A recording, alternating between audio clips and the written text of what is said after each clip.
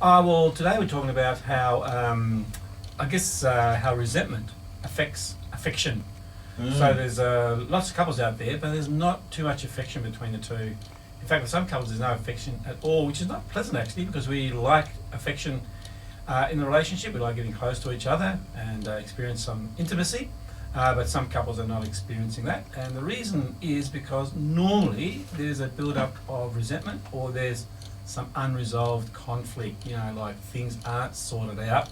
One person is hurt, and then if one person's hurt, and it's often shut down, and then if you shut down, you shut out, and then the other person feels shut out, then they feel hurt because they can't get close, and then downward spiral. Yeah, a bit of a stalemate sometimes actually, and then you get couples, they just live like flatmates rather than two people who are lovers, which is not a good way to be if you're married. So so I thought I'd discuss that today. How do we deal with it? What do we do? Well, you've got to try and resolve the conflict.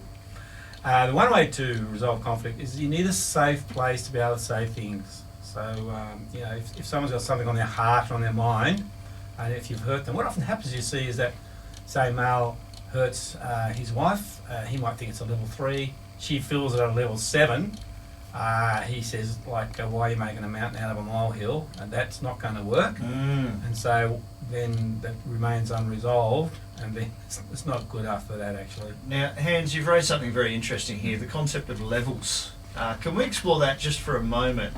A level 3 offence and a level, or perhaps a level 7 response, or vice versa, as you put it. So we think it's, let's say the bloke, let's go with the stereotype. Yep, okay. As the bloke, I've done something that I think might be a level 2, level 3. Okay, I forgot to pick the kids up after school.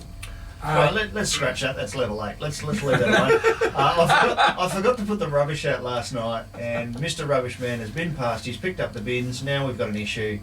But she's taken that on board that I've yet again, and good morning Anna if you're listening, I've yet again failed to fulfil my responsibility.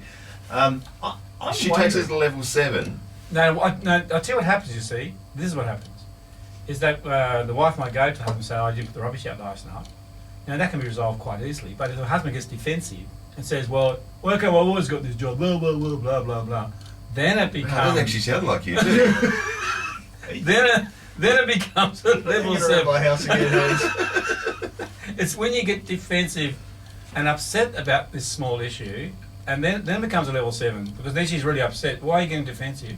Like she wants to keep it. It's a defensiveness that often creates the level 7. So the levels are actually influenced by the way we react. Yes, definitely. So yeah, because the rubbish thing out.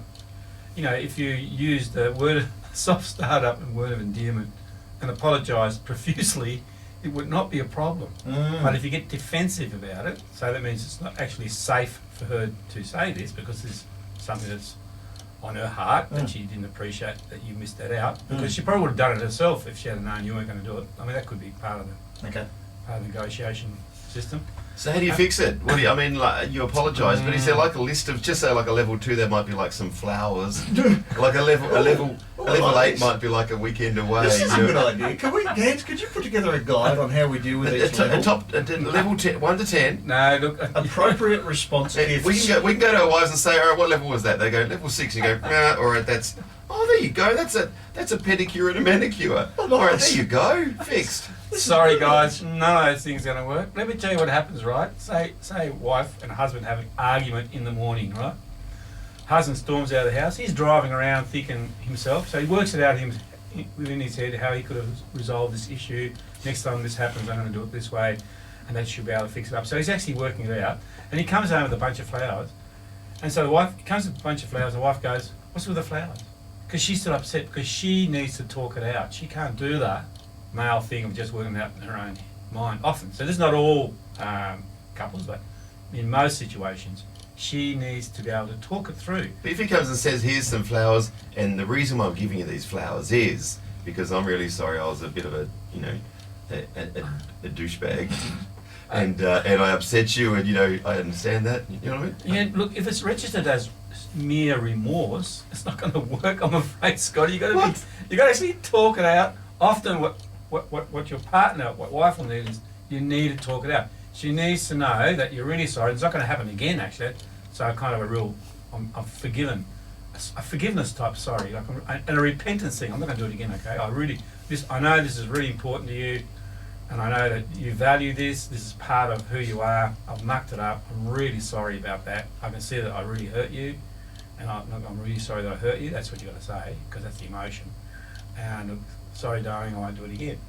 And she needs to be able to then say whatever it is that she needs to say without you getting defensive, without you sort of cutting in or coming back. You just need to hear her out.